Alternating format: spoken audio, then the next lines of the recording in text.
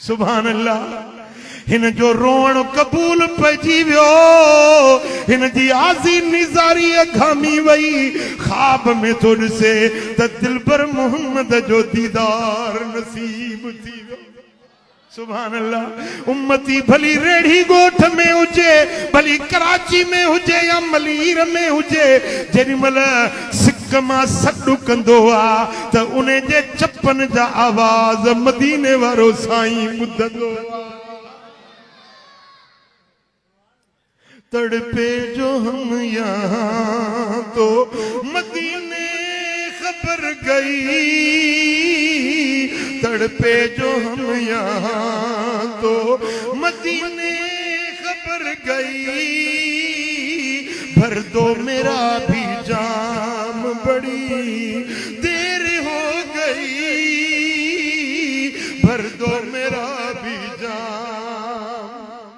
वो माजूर मानू मस्जिद में रोंदे रोंदे सजड़ा कंदे, अख लगी आ निंड आई आ त मदीने वारे जो दीदार थी वियो।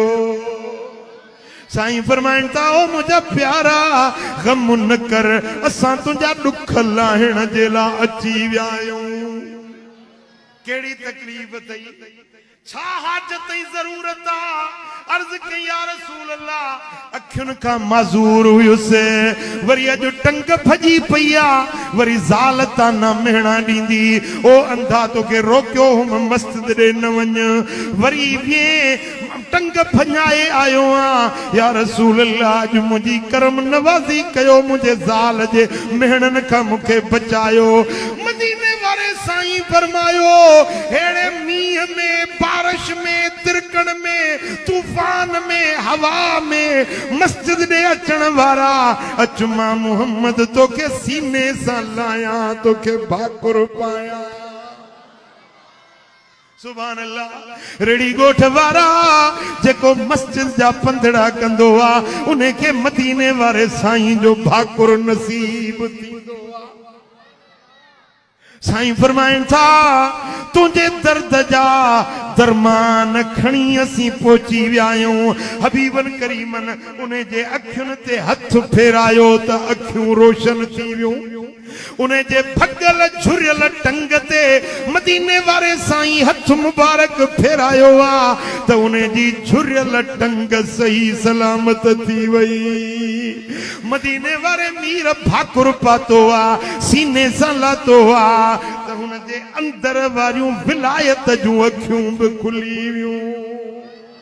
हे अखियूं मथे वारियूं त रोशन थी वियूं, पर सीने वारियूं विलायत वारियूं अखियूं भी रोशन।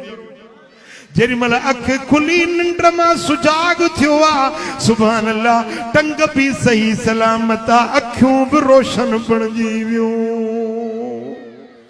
हाणे जेॾी महिल फजर पड़ी घर ॾे आयो त घर वारा पुछनि पिया त तूं त अंधो हुए, तोखे नूर किथां मिलियो, तोखे हीअ रोशनी किथां मिली? ते नूर वारो नबी रात आयो हो, भाकुर पातई, हथड़ा मुबारक फेराई, मुझे बेनूर अखियुनि खे नूर वारो करे। ओ मिठा जेके नमाज पढ़ंदा आहिनि, मस्जिद जा पंधड़ा कंदा आहिनि, मदीने वारो साईं उन्हनि सां राज़ी थींदो आ, ख़ुशि थींदो आ। जेकी मस्जिद सां दिलि लाईंदा आहिनि, मुस्तफ़ा करीम जा वली बणजी वेंदा आहिनि। वली छाहे औलिया उल्लाह हुमुल्लज़ीन यतवल्लौनहु बित्ताअत व यतवल्लाहुम बिलकराम। वली उन्हें के सरबोआ जो अल्लाह जी इताअत ऐं बंदगी ऐं फर्मा बरदारी कंदो आ, अल्लाह वरी उन्हें के करामत ऐं इज्जत अता फरमाईंदो आ। वली बंदगी कंदो, अल्लाह उनके इज्जत ऐं करामत ॾींदो। सुभान अल्लाह।